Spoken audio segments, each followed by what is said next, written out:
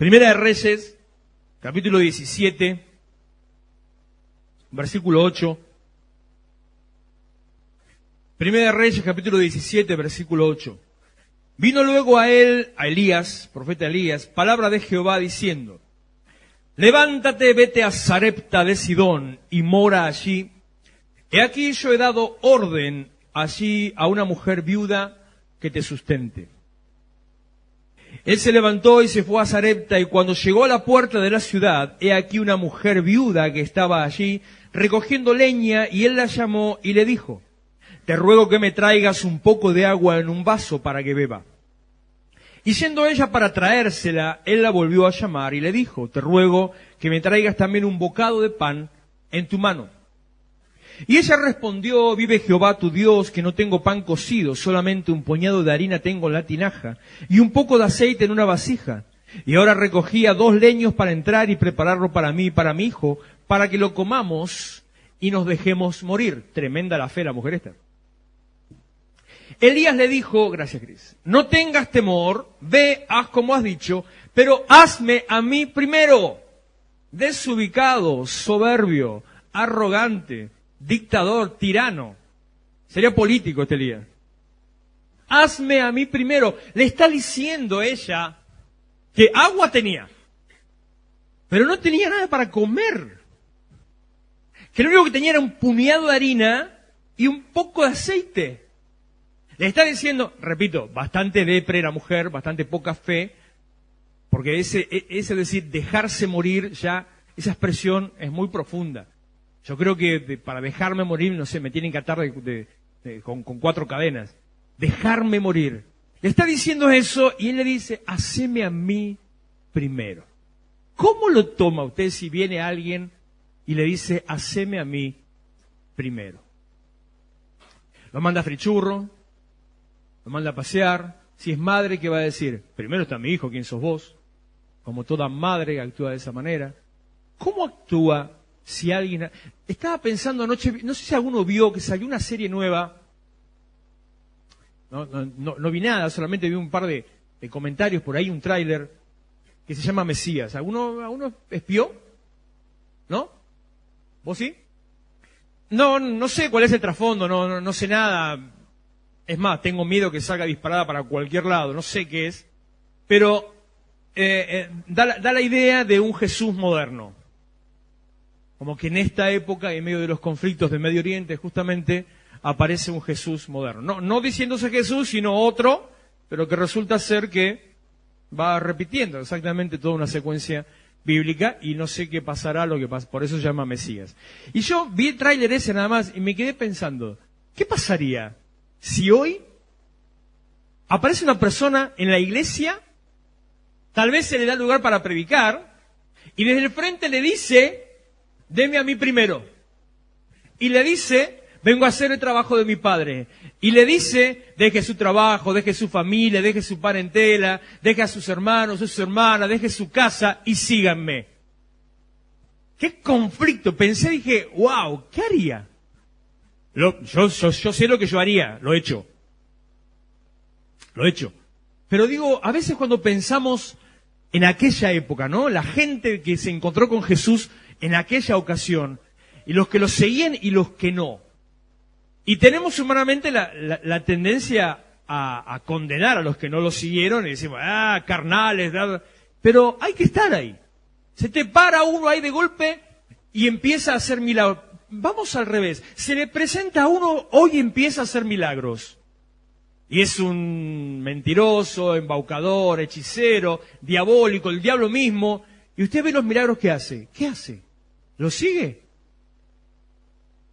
Es un conflicto hasta ético de cómo responder, cómo actuar. ¿Qué hace usted si alguien viene a decirle, dame a mí primero? Yo creo que primeramente eso toca con nuestra formación, toca con nuestra necesidad. Se genera un conflicto en nuestro interior. ¿Cómo actuar? ¿Qué hacer? Bueno, esta mujer, que encima vivía en una tierra, la palabra Sarepta significa, la traducción de Sarepta es refinería.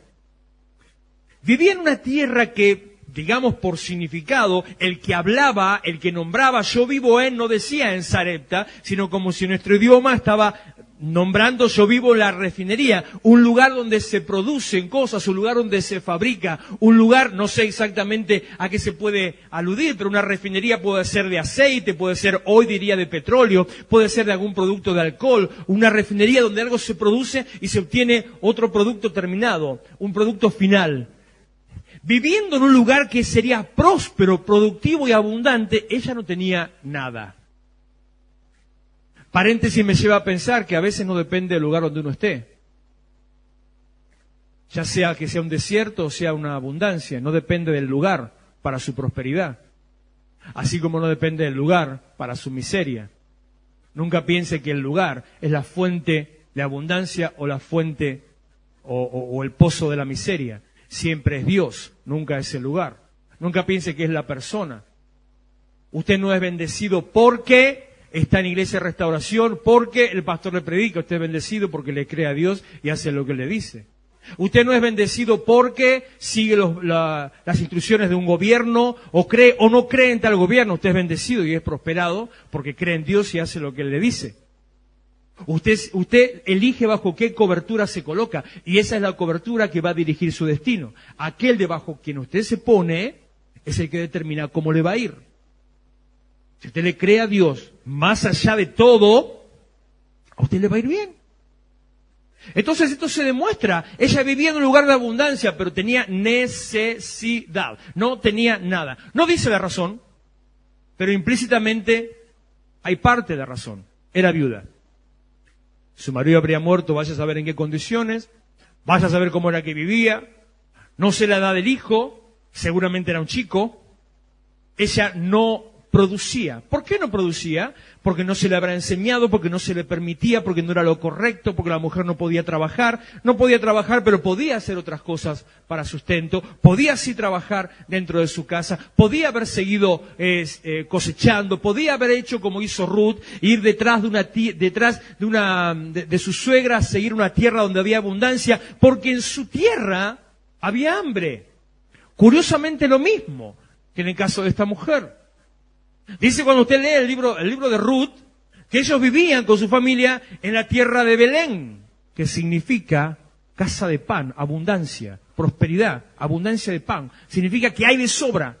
Y dice, que es un juego de palabras que hace la Biblia, no había pan en Belén de Judá. Está diciendo, no hay pan en la casa del pan. Es un juego de palabras. Donde usted va, que piensa que tendría que haber, no hay. Jesús ve a la higuera llena de hojas, hay frutos, no hay. Se encontró con un garrón, dice, ¿qué pasó? Ruth siguió a su suegra y con su cuñada se fueron a una tierra donde había abundancia. Y cuando fueron a la tierra de abundancia, no le hicieron asco a nada. Y la Ruth se fue detrás de los segadores, los cosechadores, y se ponía atrás a recoger lo que se caía. Y vivía de las sobras que se le caían a los que cosechaban. Dignamente. Estuve hablando ayer, antes de ayer, con parientes, unos cuñados míos, cuñados, que por una crisis económica hace unos años, se fueron a vivir a Estados Unidos. Gracias a Dios para ellos, porque la familia de mi cuñada, los padres, viven en Estados Unidos hace como 20 años. Entonces tienen ya un nivel de vida, tienen contactos, tienen lugar donde estar, o sea, no vas a la calle, sino a quedarse en la casa de ellos y qué sé yo. Siempre tuvieron un buen nivel de vida acá. Siempre tuvieron un muy buen pasar acá. Siempre tuvieron hasta 3 vehículos acá. Mi cuñado era empresario, tenía una fábrica acá. Y se fueron. Y me contaba llorando las cosas que tenía que hacer. Trabajando un año en barcos y en edificios, haciendo mantenimiento, rasqueteando paredes, rasqueteando chapas, rasqueteando pisos, yendo a otras ciudades a subirse a 50 metros de altura con andamio, a pintar torres de comunicación, a rasquetear en esa altura las columnas, 50 metros de altura. Y uno piensa, ¿yo lo haría? Sí, yo no tengo drama para nada, yo haría cualquier cosa. Pero digo, cuando hay un momento de necesidad, siempre hay algo para hacer. Y Dios enseña, Dios ministra, Dios obra a través de eso. José aprendió a través de todo el sufrimiento que él no tenía que estar así, sino que tenía que humillarse para servir al Señor.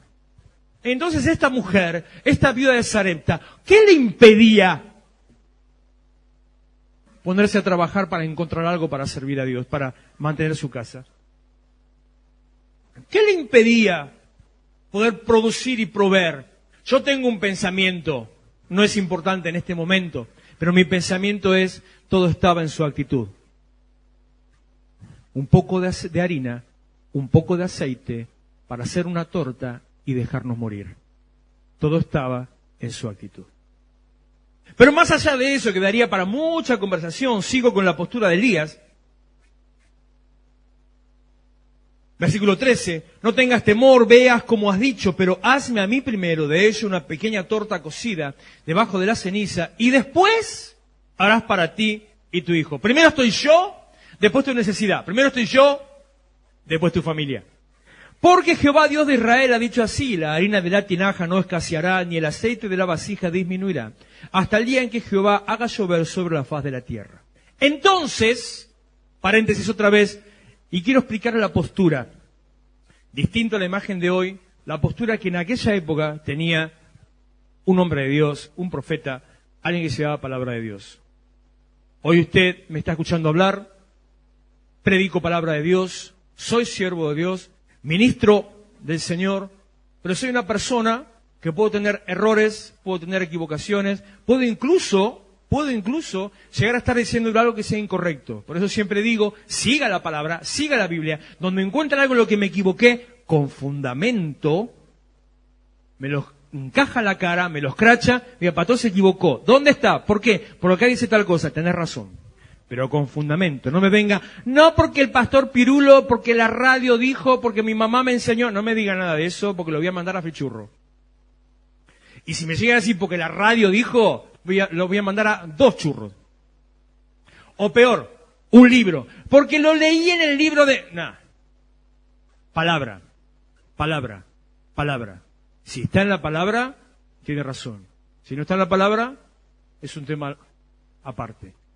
Pero en aquella época, el hombre de Dios, el profeta, Elías, Eliseo que le sucedió, los que estuvieron antes o los contemporáneos, para aquel que lo estaba escuchando, no era el pastor tal de la iglesia tal, no me gusta, me voy a la otra.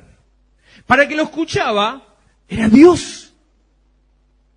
La gente no tenía comunión con Dios, no tenía relación con Dios, no existía la relación con Dios, porque el Espíritu de Dios no estaba en la persona. El Espíritu de Dios reposaba sobre el profeta, sobre el cual le hacía dar palabra de Dios. El vínculo con Dios no era el de ahora. Eso sucedió en Pentecostés. Eso significa Pentecostés. El Espíritu de Dios desciende sobre la tierra, entra en la iglesia y en cada uno de aquellos que reciben su autoridad. Por eso dice que había lenguas repartidas como de fuego. La llama del Espíritu se encendió en cada uno. Y dice que empezaron a hablar en otras lenguas. Una señal, sencillamente una señal de que algo estaba pasando en su interior.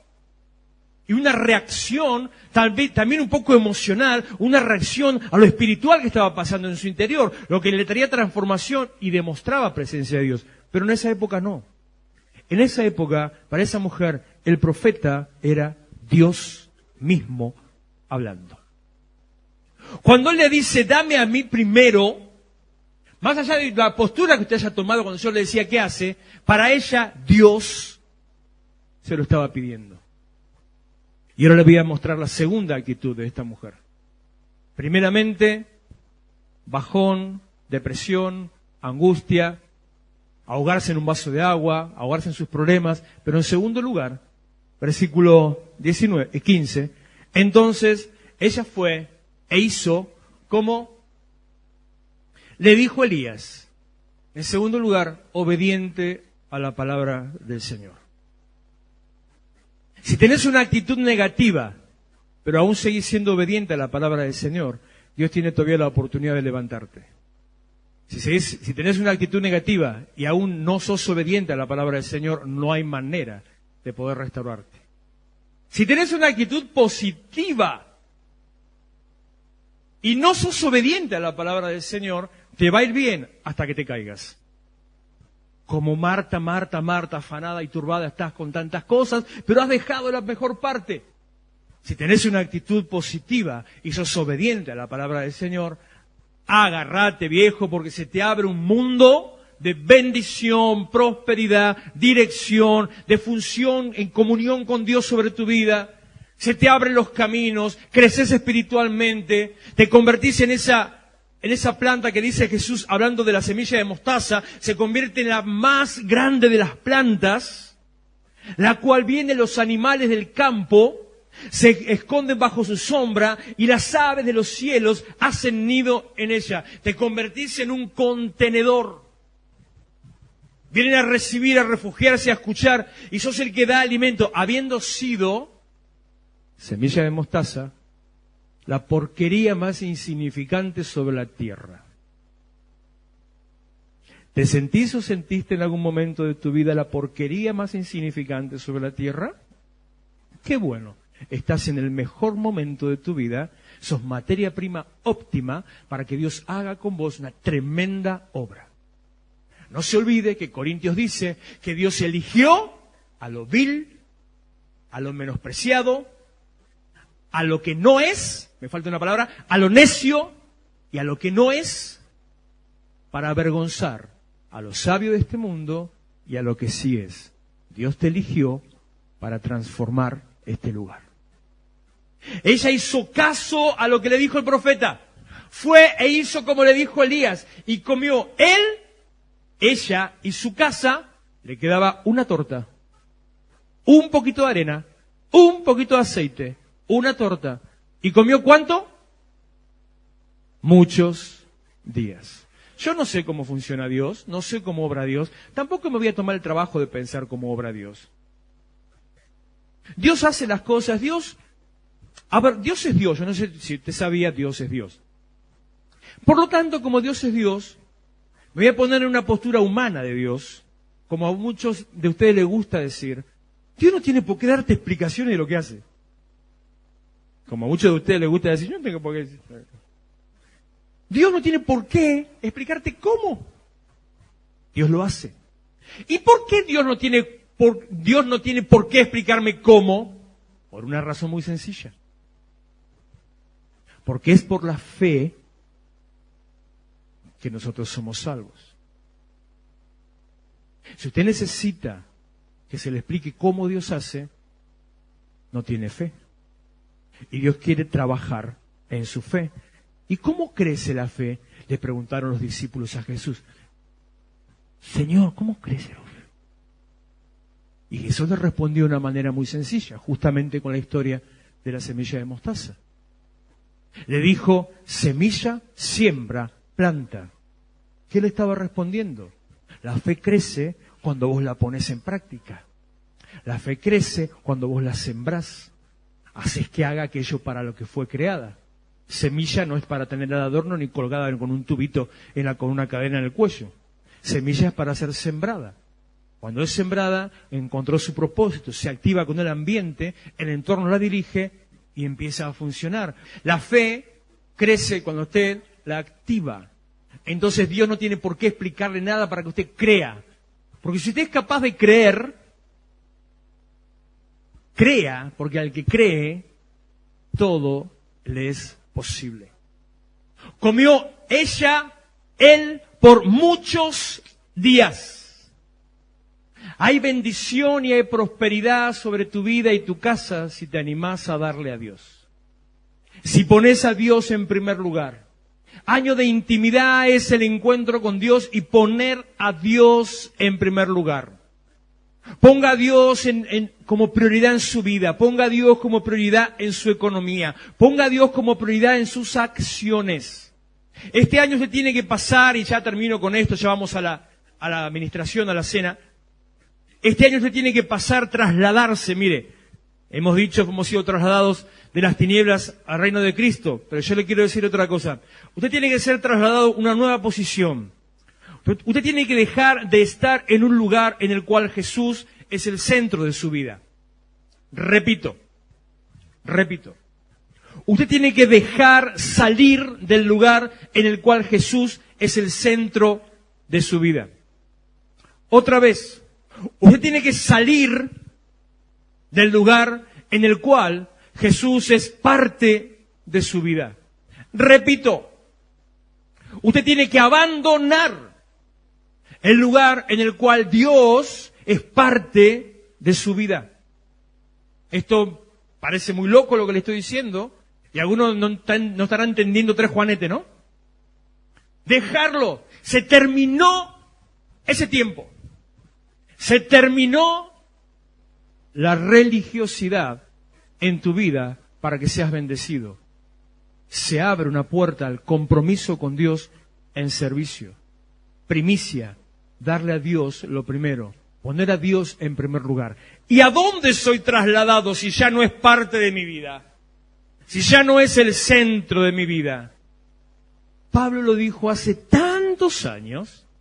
Hace 2000 años, él la entendía. Yo siempre digo, estoy convencido, el día que me siente a tomar mate con el apóstol Pablo, le voy a preguntar, negro, vos tenés un par de cosas, vos sabés un par de cosas que no dejaste escritas, vos sabés algo que los demás no saben, vos sos un angurriento, vos sos un comilón, vos querés toda para vos, algo no dijiste.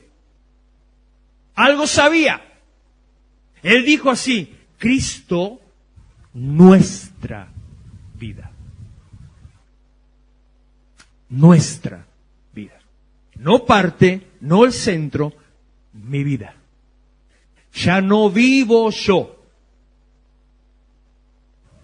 Ya no vivo yo.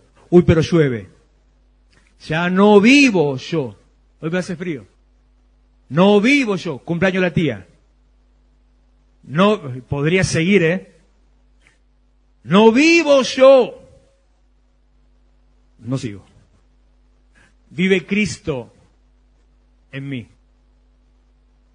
Vive Cristo en mí. Pero es mi cumpleaños, qué bueno. Y esto es un tema que es exclusivo para obreros, pero se le voy a dejar la enseñanza, aunque tal vez no la comparta o no la entienda. Si es tu cumpleaños, Guille, Ana, alguno de años en el Señor, Ezequiel, si es tu cumpleaños y Yani, toda tu familia es creyente, y hace años que todos son creyentes, y hace años que todos congregan, y es tu cumpleaños, y sos obrero o ministro, hácelo mañana, si hoy tenés un compromiso, una responsabilidad. Si toda tu familia son creyentes, comprometidos y de años, claro, por eso dije, tal vez esto lo estoy diciendo de más, no tendría que haberlo dicho. Es para obreros y con entendimiento. Ahora, si en tu casa la mitad no son creyentes, la cosa es muy distinta. Muy distinta. Mujer, si tu marido no es creyente, muy distinta. Hombre, si tu mujer no es creyente, muy distinta. No. En ese caso hay que edificar, hay que mostrar, hay que tener esa voz profética de mostrar el camino donde seguir. Hay que decirle, Dios para mí es lo más importante, pero yo quiero que vos lo conozcas de la misma manera. Hoy lo más importante para mí sos vos. Hay que ser sabio también en eso. No religioso, de ningún sentido. Pero si toda tu familia es creyente y toda tu familia sirve a Dios, el centro, ni el centro, ni parte, sino mi vida.